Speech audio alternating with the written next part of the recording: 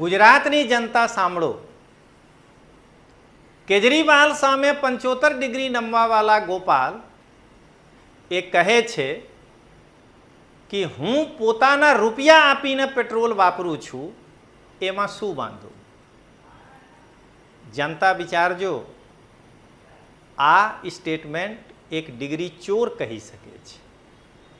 કેમ કે જો ગોપાલ ભણેલા ગણેલા હોત તો ગોપાલને એ ખબર હોત કે ગોપાલ રૂપિયા આપીને પેટ્રોલ ખરીદે છે, પણ ક્રૂડ ઓઇલ લેવા માટે ડોલરમાં પૈસા આપવા પડે છે.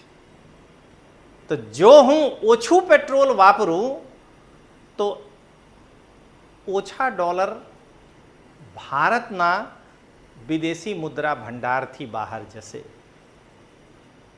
તો ગુજરાતની જનતા વિચારજો કે ગોપાલના આ સ્ટેટમેન્ટ ગોપાલને ડિગ્રી ચોર સાબિત કરે છે કે નહીં.